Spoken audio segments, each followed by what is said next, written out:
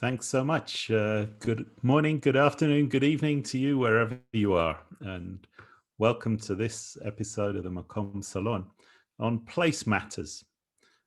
And we subtitled it The Physics and the Metaphysics for good reason. Because whereas the place of something is very particular, very physical, we know full well that it's never only about the physical. There's also the metaphysical at work. This notion was driven home for me when I studied with a Protestant scholar called Walter Brueggemann. He's a Bible scholar.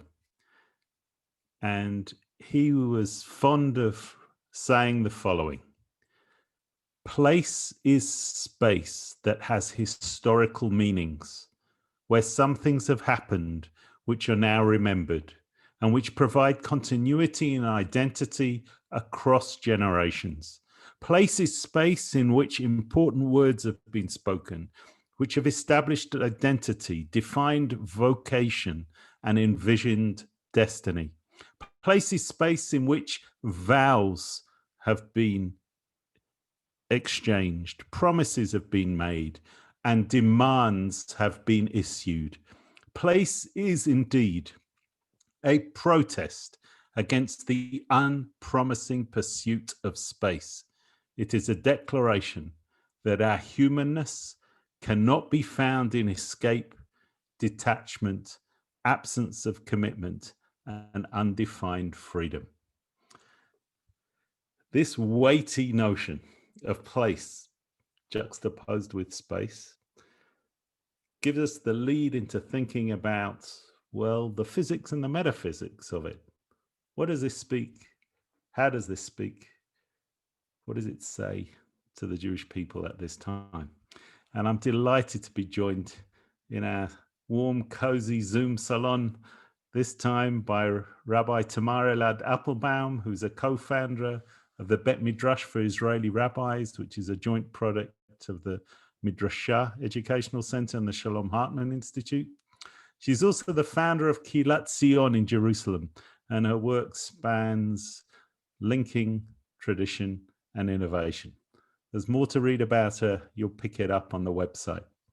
And also with us is Rabbi Lopatin, who is the executive director of the Jewish Community Relations Council and the American Jewish Committee of Detroit, and is also a founding rabbi of a Kehillah, this one, Kilat Etz Chaim of Detroit. He's also the founding director of the Detroit Center for Civil Discourse, and he also has an extensive bio that you can read on the website. So one is Masorti, another is Orthodox. Both are traditional, both are contemporary, and they are wonderful conversants to have with us together in this salon. It would be remiss of me in the midst of COVID to not recognize unreservedly the unbelievable admiration I have for serving pulpit rabbis at this time.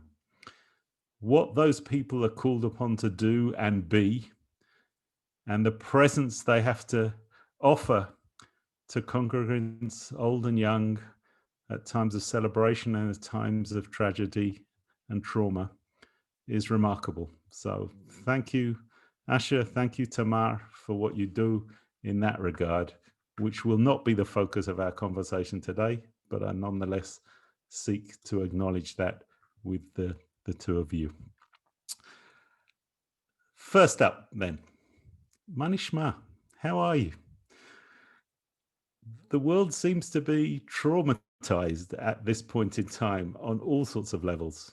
With what spirit are you coming to this conversation? Rabbi Asher.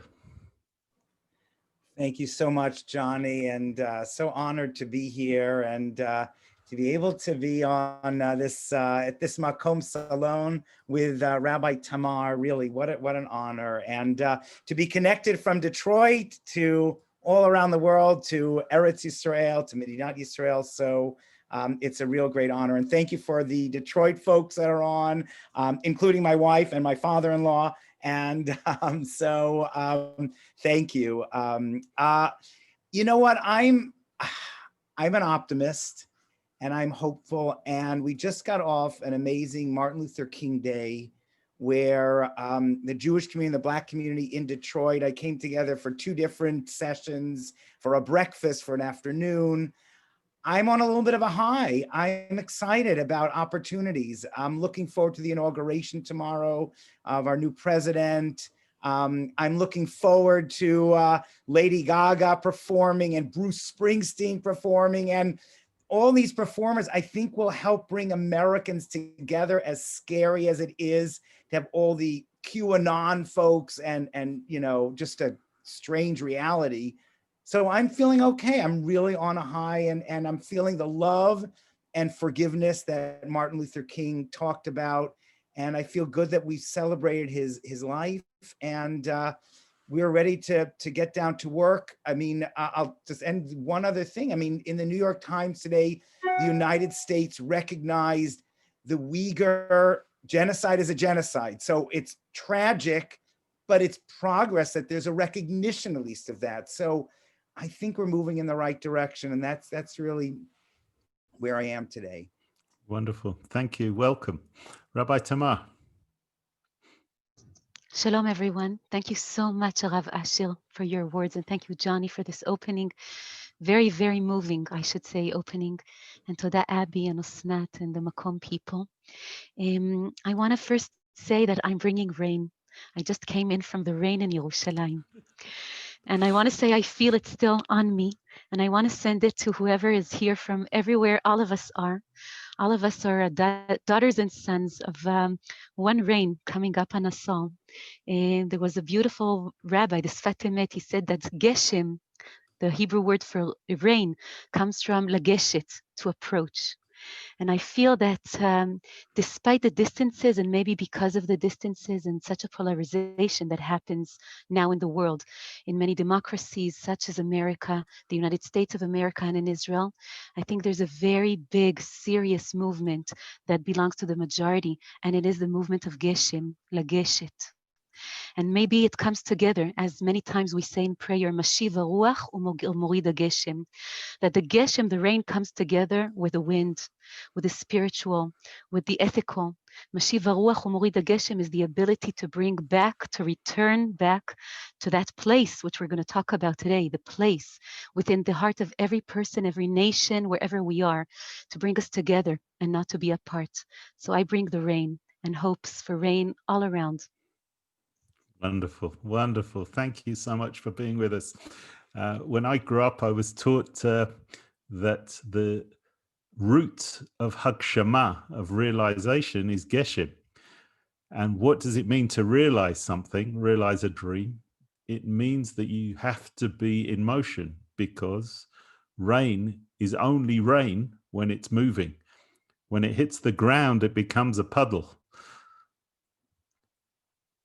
Or when before it's rain, it's a cloud. So in order to realize something, you have to be like rain. You have to be in movement. So wonderful. Let's get going. Next week is Tu B'Shvat, which is Jewish tradition's embrace of the natural world. The trees, the new year for trees, the new year for the relationship with the environment.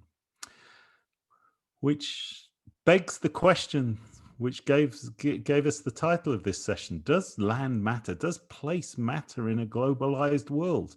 And if it does matter, why does it matter when we can easily move around? And that mobility is one of the characteristics of the last couple of 100 years of human existence in the Western world, and seems to be speeding up with each passing decade. Does place matter? And if it does, where is your happy place? The place that you go to in your imagination, or you go to physically, to be calm, to be inspired, to be enchanted. Tamar. Ken. So I want to say, Ken, place matters. The Zohar teaches in Tikkunei Zohar that the word Bereshit comes from Rosh Bait. The first thing each one of us needs is a home, is a place. Rosh Bait. It means that every human being and every nation is in need of a home. And I think it's because dignity is recognized through making space in a place for every and each human being. And I think that it is human dignity that stands in the need and also in the determination to find a space for every person. That is why one of the names of the Kadosh Baruch Hu of God is first Kadosh Baruch Hu. Say, sanctified is that person next to me, which I don't even know how to call, which I don't even know. HaKadosh Baruch Hu. And also Hamakom, to make space to each and every who, he, she, them, they around me. So I think that space is our ability to define that the nature of human responsibility is to give dignity, kavod, to the space that each person needs to take. It also makes us the responsible for acknowledging that there are those who might take more space and those who might not have space, and to be the ones to try and understand how can we create a world that has space for all people, for all different kinds of Jews, as you said at the beginning, Jonny, from different denominations or even beyond denominations, for Jews in Israel and for Jews all around the world, knowing that they're needed everywhere, for people who are not Jews, believers, wherever they are, and not only for human beings, but for trees and creatures of Hashem, of this world. All of them need to have a space. The beginning of our tradition comes from Gan Eden, that space which is Gan, Mugan, is guarded. Eden, Adin, is delicate, is fragile, is tender. And it is our responsibility to be the caretakers, the tenders of Hamakom.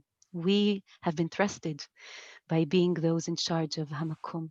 So it is my plea and it is my hope that we, Davka now, especially now, once Bezrat Hashem, slowly, we come out of the Zoom, we come out of the Ark of Noach, we will have a new ability and a new covenant with a place that we have longed so very much to come back to, and to meet each other in the streets and to meet each other wherever we need in a new kind of negotiation that is Gan Eden, that is sacred, with the fact that it is both very, very safe and also, Bezrat Hashem, very gentle.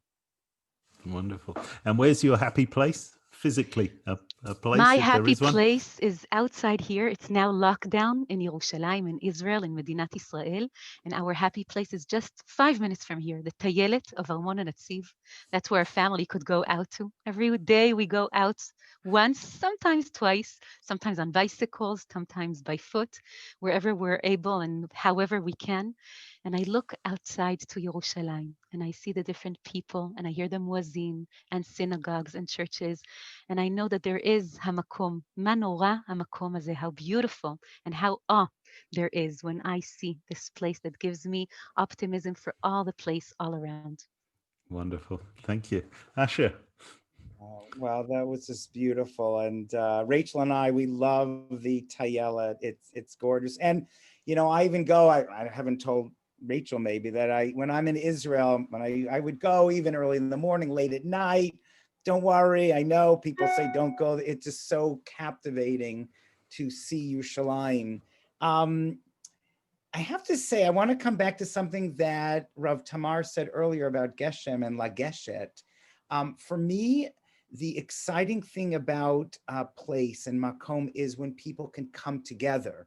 So it's a little bit the other side of the coin from space, from everyone having their place, to the excitement when people come together. We've been davening since this terrible plague, since March, well, when we started davening, even in June, July, outside, outdoors in the heat of the summer, and now the cold of the Detroit winter, as long as it's not pouring rain, and even sometimes if we have a covered space, pouring rain, we've been davening outside And it's been an incredibly inspiring experience for people to come together Friday night and to sing Kabbalat Shabbat. And Shabbat morning, yes, we do cut out the Yikum Porkans. So we are a little bit, and I realize that might be the beginning of the end, but but to come together, when Rachel and I would walk outside, it's a little cold now, and you see people in the street, safely distanced 68 feet across the sidewalks, to see people together, that physical coming together. And Zoom, as Rav Tamar mentioned, we love Zoom, and Jonny, you mentioned like Zoom. It's amazing how we can bring, even Facebook, I know it gets a lot of digs, but Facebook brings people together also. So there are ways of coming together, but there's nothing like physically coming together. It's something, that Ismar Shorsh talks about, the strength of the Orthodox movement that took a hard line on driving on Shabbat. And no, people might do it, but there's no approval, really encouraging communities to come close together. And so you coming home from shul, even in this COVID period, you see people in the street and going to synagogue. And so I would say my happy place is when I see people. I'm the person that says hello, wants to say hello to everyone in the street, is desperate to say Shabbat Shalom to everyone in the street. Not everyone answers back, and but that's my happy place, really. And if it's one scene from our life, it's Motzei Shabbat for Havdalah. After we say Havdalah, our family as a minhag, when all 6 of us are together, to dance around in a circle. And I think sometimes those moments when you can dance around with people, which we haven't been able to do now in shul or anywhere else, but those moments of togetherness are really my happy place. That's great. Thank you. Thank you. Very, very vivid, both of you, and very evocative. When I think about Makom's mandate of thinking hard about Israel education, and this series of conversations in this salon is in honor of the publication of the book Israel Education, The Next Edge, which I had the privilege of editing. Some of the first Israel educators in the world were the spies. When the Bnei Israel were situated outside of the land of Israel, and there were dispatched some representatives to scout out the land and see what's on, what's off, what's up, what's down, what's in, what's out, what's possible, what's not possible. And as we all know, there were 2 reports. One report which says that Eretz Israel devours its inhabitants. And the other report was that the land of Israel is flowing with milk and honey. So I'd like to ask you both, in our lifetimes, in your lifetimes, when have you found that Eretz Israel devours its inhabitants? What was that setting? What was the context? What was going on? And why did it trouble you so? And when have you found in your lifetime that Eretz Israel is Eretz Zavat Chalav Udvash, a land flowing with milk and honey? Where was that? What was going on? And why was it so sweet and nourishing for you? Asher, we'll start with you this time. I get to take this one on. It's as we look forward to Tu B'Shvat, Rav Tamar has that beautiful name of a palm tree, of a date tree. I have Asher like an Asherah, an idolatrous tree. So, okay, I'll have to do something with that. So I'm at a disadvantage. But, I find that in Israel, the zero-summism sometimes, it probably comes from a country just trying to survive against so many factors. But the idea that if I don't get ahead, if you get ahead of me, I lose. And so we all know that Israelis don't really know how to queue up like Jonny, like Brits know how to do, and even Americans kind of know how to do, the pushing, the parking on the sidewalk in Israel because people are desperate. I know. I lived in New York. I lived, in Chicago. People are desperate to figure out where to. So sort of that, the zero sum. And then sometimes it's very sad when I realize people are afraid of refugees coming in, and are they going to take away our jobs, and are they going to take away our Judaism? And that, is so difficult. Or we're not going to recognize these converts from Africa or from South America. That's very, very difficult. And I want to turn, because this is a double answer. Why we get to say what the nice things are also, of course. So I want to say, like, cars honking. So in Israel, they're all the time honking, and driving in Israel. And so it could be a very negative thing. But I actually find the cars honking kind of a loving thing. Like, they're, Mavdose, what are you doing? It's like a mishpacha. And there is that feeling, even with the shoving and with everything, the feeling of family. And I think that's a challenge to Israel, because when you feel like your family and then someone comes in from Africa or South America or America, or it's new, it's different, a refugee, how do you open up? But that's the challenge. But the wonderful thing about Israel is, if you fall in the street, that people will run and get you, pick you up. When Rachel and I, we were actually doing a Hartman program, the RLI program. So we were carrying our little baby, and her head, I think Shana was like that. Everyone's shouting at the street, lift your head up. So that is so beautiful. That is so precious. And I'll just say, Rav Tamar spoke so beautifully about Yerushalayim, about hearing the different cultures and religions, and walking around Yerushalayim, Yer HaKodesh, walking around Jerusalem in the Arab Quarter, Salahuddin Street, Damascus Gate, walking around the whole city. There's a beautiful tayelet that takes you around the whole city, and all the sounds that you hear and the smells. That it's incredible. And people from all over the world come to Israel to experience that diversity. There was a Turkish student who was saying, a Muslim Turkish student was saying that Israel really is this place of bringing people together. So those are my Zavat Chalav Udvash moments. Wonderful. Thank you. Thank you for both of those. Tamar. What an honor and a pleasure to hear Rav Ashil. It's just wonderful. I feel we're sitting here in Yerushalayim, and I feel your Zavat Chalav Udvash. And thank you for loving so much that you're able to give both perspective. I very much appreciate it, and thank you for that. I want to say that I think it's very much in the Pshat, and I learned it from the Shla Kadosh, from Rabbi Yeshayahu Horvitz, who lived in the 17th century and made this all the journey to Eretz Israel. And he says, what does it mean to sit? מה זה ארץ אוכלת יושביה?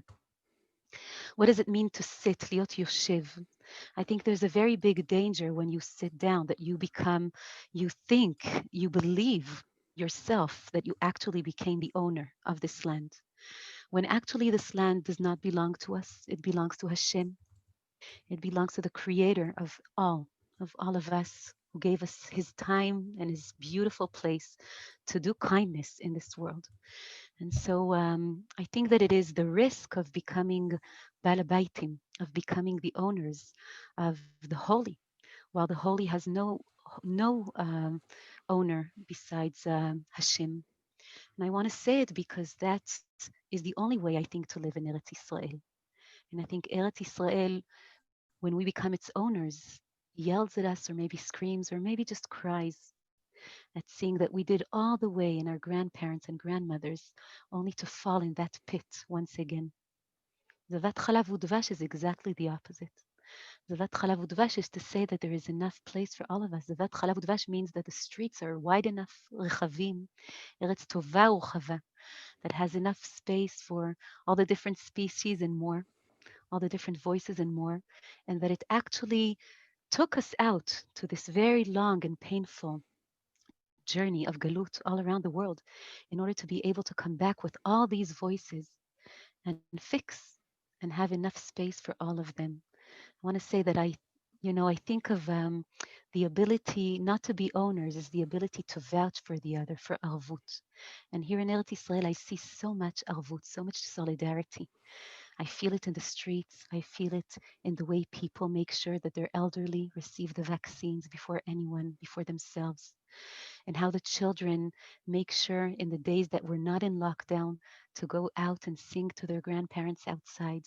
I think it happens in many other places, and yet when it happens here with so many different words and voices, it's very, very moving. I think of our Kehillah Tzion, our community here in Jerusalem. There are two incredible women leaders in our community, Dvora and Ilana, who very much wanted on every Shabbat evening to meet outside in the cold. And in their leadership, we meet every Shabbat evening and we sit together, 10 people now in the lockdown, singing in the streets of Jerusalem. And it's cold and it's one big pajama party with lots of smichot, of blankets on us. And people come and people go. And there's a feeling of solidarity that is beyond everything we know. And I think it's because we all feel the fragility of being guests, not knowing what will happen tomorrow morning. So I think that for me, Eretz Israel is a serious invitation to serve in this land something that is not ours, to sit in this land without being settled, to sit with solidarity for all others, including the Gerim, including the Almanot, the Yatomim, all the people who need, who do not have a home, that this should be their home.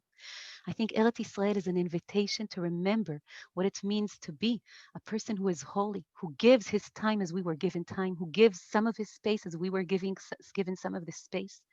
And I think it's also an alert to tell us that if we will not be good enough, we will lose it again. So we must listen to this and we must hold on very strong, not only to the space, not only to the land, but to the promise that this is a land that needs ethics and needs emunah and needs modest. That's beautiful. Thank you so much. And our next conversation, which we're going to start with a poll of all the participants on this call, relates directly to what both Asher and Tamar have just articulated about the tension between the real and the ideal, between the Eretz Israel devouring the inhabitants as opposed to the land flowing with milk and honey. And it relates to the relationships between a people, a land, and the Torah. Bnei Akiva famously articulated it as Am Yisrael be'eretz Yisrael al pi Torah Yisrael, the people of Israel in the land of Israel according to the Torah of Israel. The question is, at this time, at this complex time that both conversants referred to, at this complex time, what do you do when you can't easily and harmoniously have all three equally gelled together in some way? So you can see in front of you a quick poll. What should be the relationship for Jews between Am, Eretz, and Torah? Should the Torah come before all else, as it is what creates meaning for Am and Eretz? Should the people be at the center, and the land and Torah values are what give us as a people meaning? Perhaps after thousands of years of homelessness, the land must take prime place now. There's an argument from history and this moment in history. And perhaps they're all intrinsically connected, and the key is the balance between them all, or something else. So take a few moments to assert where you are on the poll. Just click on the poll, and the results will be shared with all of us before Tamar and Asher give us their responses to how they deal with the hierarchy. I cheated. I voted also, so I hope that doesn't. That's fine. You're boosting your total. That's fine. Cheerleaders. Okay, we've got 27 people who've responded. I'm giving you another 2 seconds to respond, and then I'll share them back.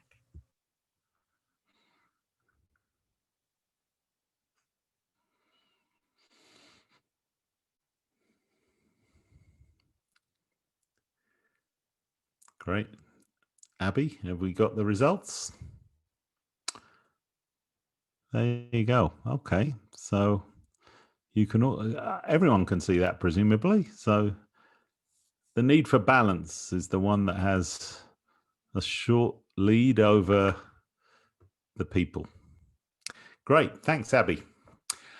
So, Tamar, can we take that away? Right. Great.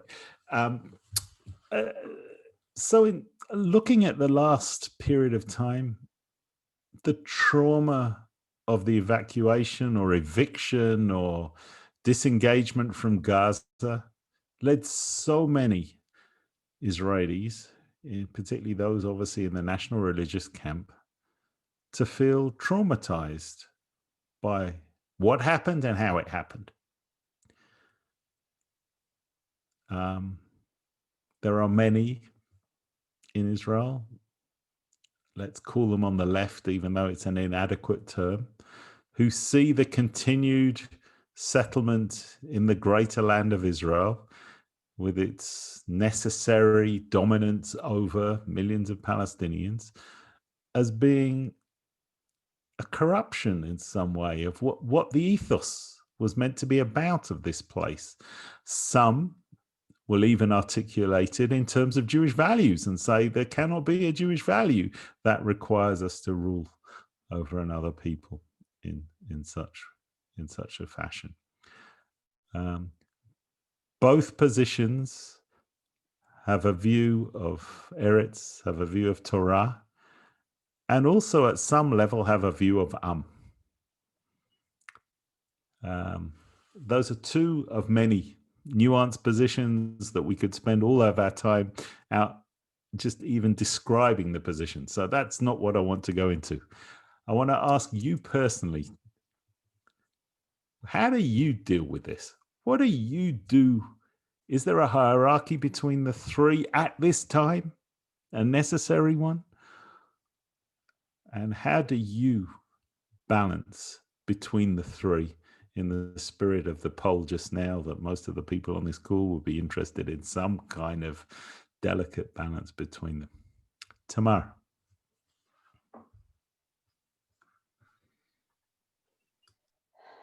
On the way to Tu B'Shvat, I just want to say, עץ חיים היא למחזיקים בה ותומכיה מאושר.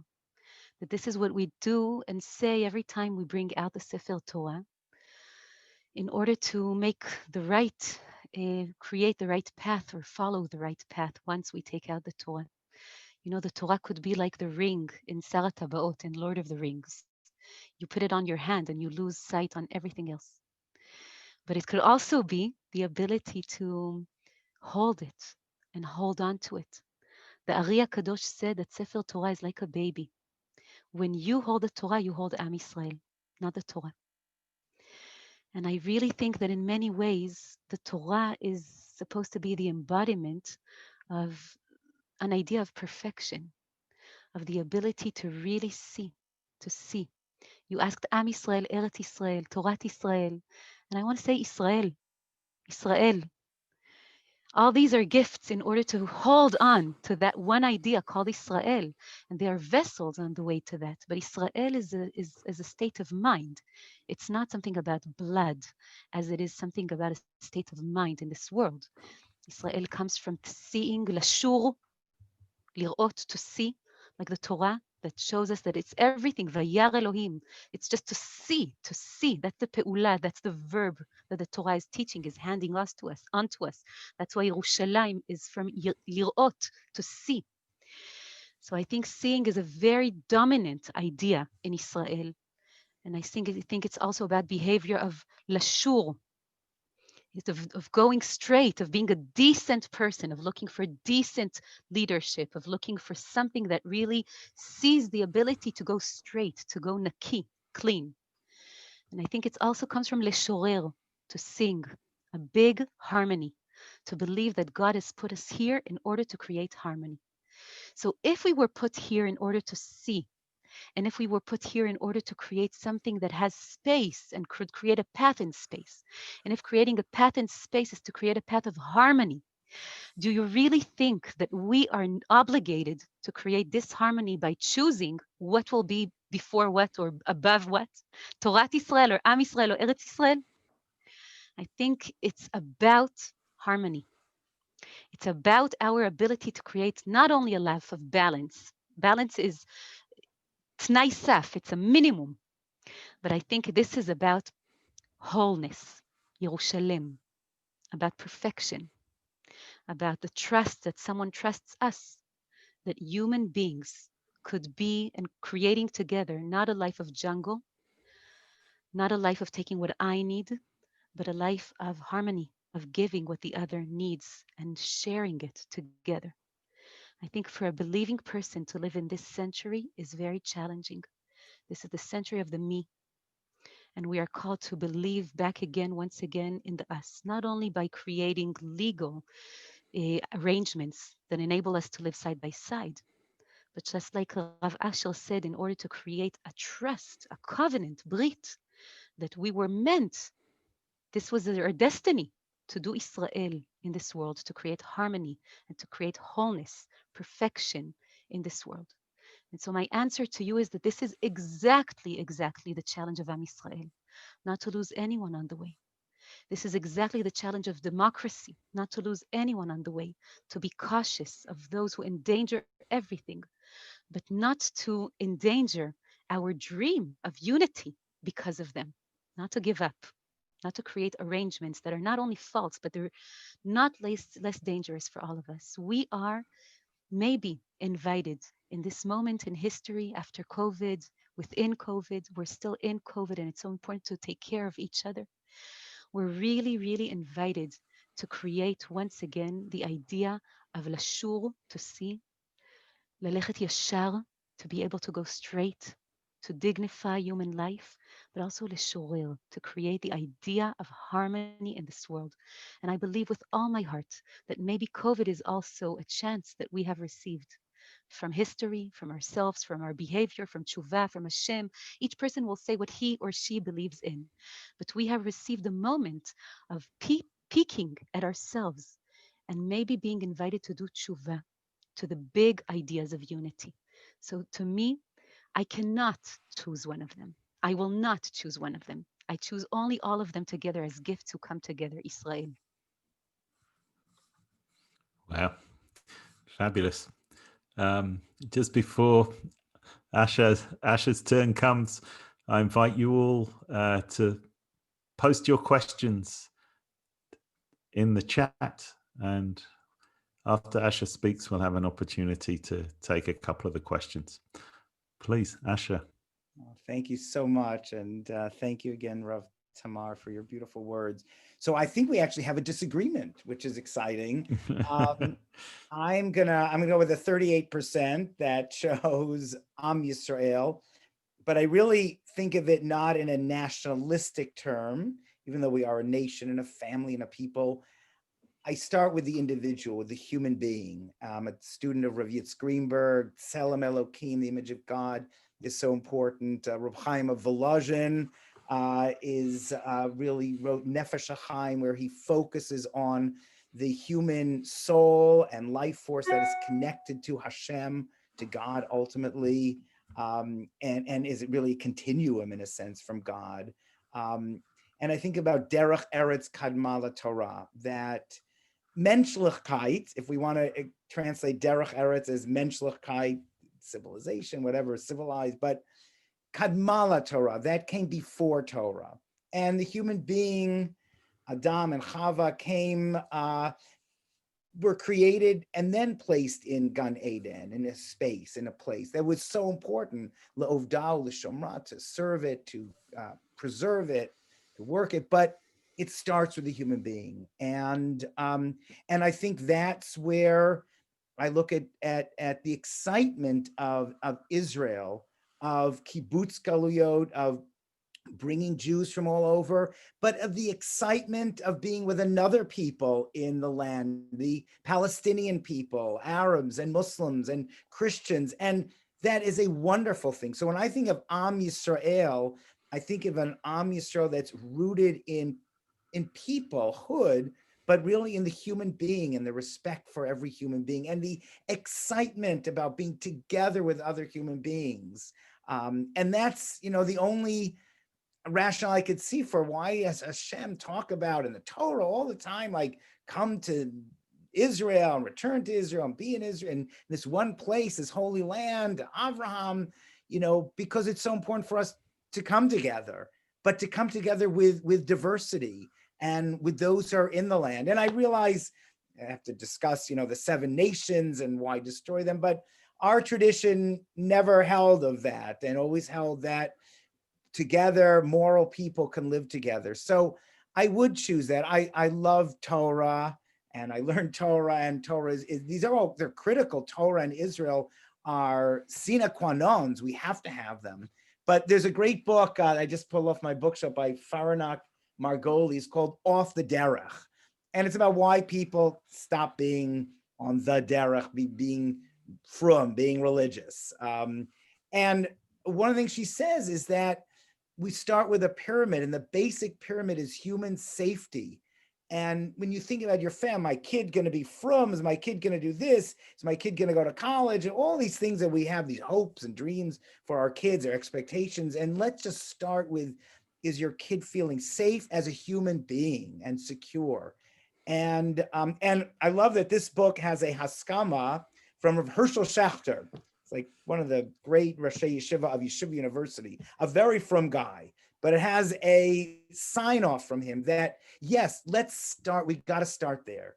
And I think Israel, and certainly I speak for America and Detroit, we have to start with caring for the human being and create the physical space, as Rav Tamar said, that gives space to everyone, and lets people be safe, and lets people be themselves and prosper, and let people live by a moral code, but it starts with Tselem Elokim. So that's why Am Yisrael resonates with me so much. Wonderful. Jonathan Golden has asked a question in the chat, and it asks the two of you, what would you say to each of 2 groups of his students? Some of his students, school students, high school students, that he brings to Israel, see Israel as their place, as their home. Some don't, and don't particularly want to. I'm reminded of a project we did once where we were working on some curriculum development work based about the role of Israel in Parshat HaShavua, to go through each parasha and figure out what could primary school children, 10 and 11-year-olds, figure out about their relationship with Israel through the parasha. And we worked with an Orthodox educator in an Orthodox day school on the West Coast. And even one of the famous parashiot in this regard, Lech Lecha, with the original commandment, and the homework was the kids had to go home and talk around the Shabbat table and with their parents and their family and so on and so forth. Well, what's home for me? Where do I feel at home?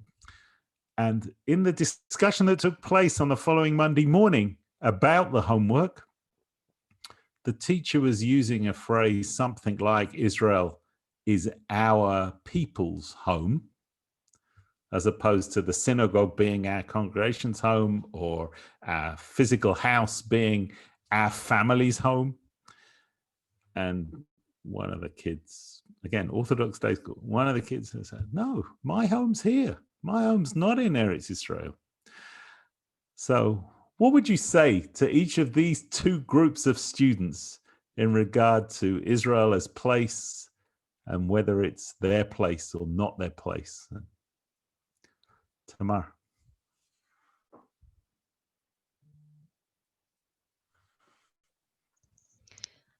I think going back to Torah ועם ישראל וארץ ישראל, and I'm so thankful, הרב אשר, for מחלוקת לשם שמיים. I want to say that the resources that we have in our lives sometimes are very close and sometimes are far away, but close enough to be our inspiration. And I think just the fact that Eretz Israel exists in this world, not only Eretz Israel, but also Medinat Israel, as the entity that gives us a home that is really constructed for those human beings that Rav Asher spoke about, for us and others, I think is a very, very significant part of our identity, of every Jew all around. I think it's important for us to know that we have resources, that we have gifts, that we have treasures that can walk with us wherever we are. And not only that we have them now, but that we have been handed them by generations before us that took care of them and tended them and made sure to pass them on from one generation to the other. They were precious enough to be handed and taken care of in whatever situation there was, because they are the inspiration that we have in our place in the world. But I think that Eretz Israel is not the only place to live in for a Jew. And I think it should be very, very, very clear. And I think it should be said by rabbis and by people here in Eretz Israel, not as a permission, but as a gratitude that we who have been put here to be guardians of the world alongside many others, we have to be all around the world. You know, I want to tell you as an Israeli, I'm going to say something that might sound very, you know, it's like being a sister of brothers in different places. And when chas v'shalom something happens, you say, oh, I'm so happy my brother is there. So when everything, all the big drama and frightening drama happened in the United States of America, one of my first thoughts was, I'm so happy there are great rabbis and educators and communities of Jews now in America, because they will be able to create stability and to bring in a voice to this world that does Kiddush Hashem, of bringing people together, of making sure that unity is important, and of putting in front of all our parshanot, all machloket, also all this narrative, also a voice of nomos, saying there's a gvul, there's a boundary to what people could believe or think for themselves as they stand across majority. And I want to say that for me, it's a very big moment to know that we are spread around the world. It is our duty to be all around. And I think it would be a catastrophe for the world if all the Jews would be here in Eretz Israel. I think I have a deep, deep love and a deep appreciation for those Jews and families and communities who love Eretz Israel so much and would love to live here. And the places they love most are here, and they feel Israelis and sometimes speak like Israelis. They are Israelis. And yet they do their miluim in this world, in other places, to guard our world. We were not put here for ourselves. We were put here for the world of Hashem, all of it, and being the guardian of it wherever we are, and paying the price of not being where we always love. That is a huge price. And I want to thank each and every Jew for deciding where they are needed now for the sake of the world, all of it. Asher. Oh, beautiful. You know, I want to kind of latch on to that beautiful metaphor of miluim, of doing some temporary service for the world. And I'll say I love being in Detroit. Rachel, my wife, is from Detroit. I'm new to Detroit. I love it. And I love the work I do, both at the shul and with the Muslim community, and the African-American community, the Chaldean community, people that see Nineveh as their capital. So it's amazing. But I'm an old-fashioned Zionist, and I think people should move to Israel. And if you can't in this generation, you might not be able to because of family reasons or financial reasons, whatever it is. Hopefully the next generation will move to Israel. And I hope that, yes, we'll have a chance to spend 5 years, maybe 10 years in Galut doing Miluim. People can do that. Our family tried to make Aliyah several years ago and going to start a new yeshuv in a little community in Beersheba, a pluralistic community. And remember reaching out to the Bedouin population there. And it didn't work out for health reasons for our family. But I feel it. I really feel that. And maybe I wouldn't feel this way if the Torah and Chazal did not talk about it this way, but and it is hard to explain because Rav Tamar is right that we do such important work here in Galut, and our communities are so beautiful and doing such beautiful things. I'm old-fashioned, and I really feel that everyone should try to get to Israel, to live in Israel, and an Israel that is open, that is diverse, that is there to help the world and there to help the local populations, as diverse as they are, that is moral, that is caring.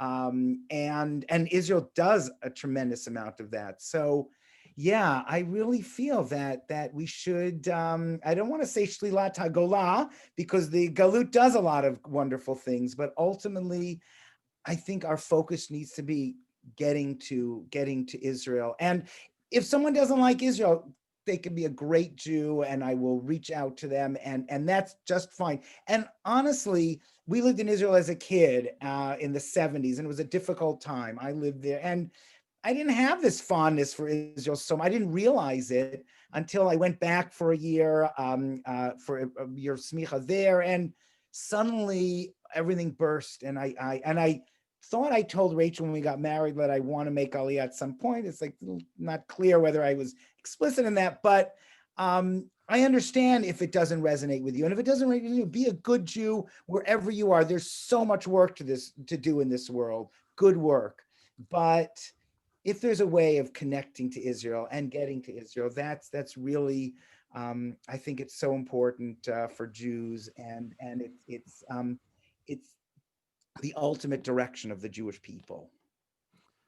It's a beautiful and profound machloket here, respectful, and that both of you can see the wisdom and beauty of the other's position.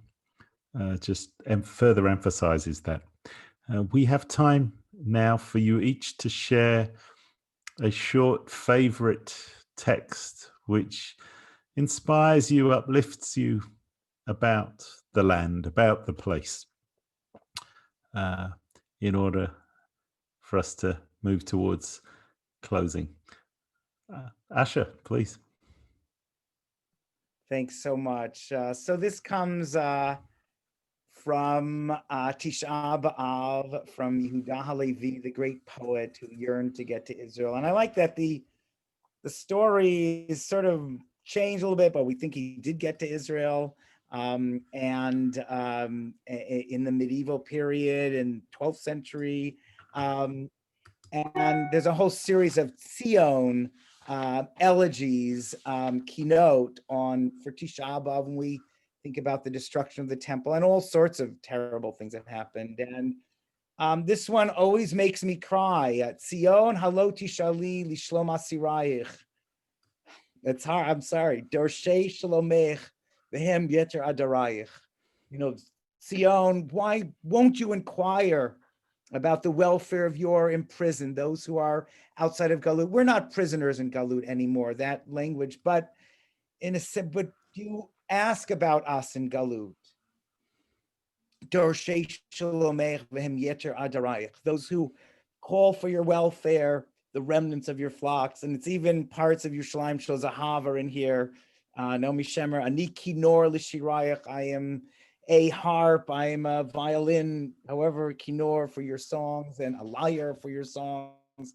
You know, I once saw that the central bus station in Jerusalem is, when it was first built, like 20 years ago, it was like, wow. Now it's a little schleppedick. I don't know. It's not as beautiful, but it had it had a pasuk about to seek out the peace of Yerushalayim, Shalom Yerushalayim, and it was just so beautiful. So when I feel that Rav Tamar in Yerushalayim and Rav Jonny and Asnan and everyone on this call that are reaching out from Yerushalayim to us in Galut, we feel you, and Zion haloti shalili shlom asirach. Remember us and keep inspiring us, and that keeps me connected to Israel.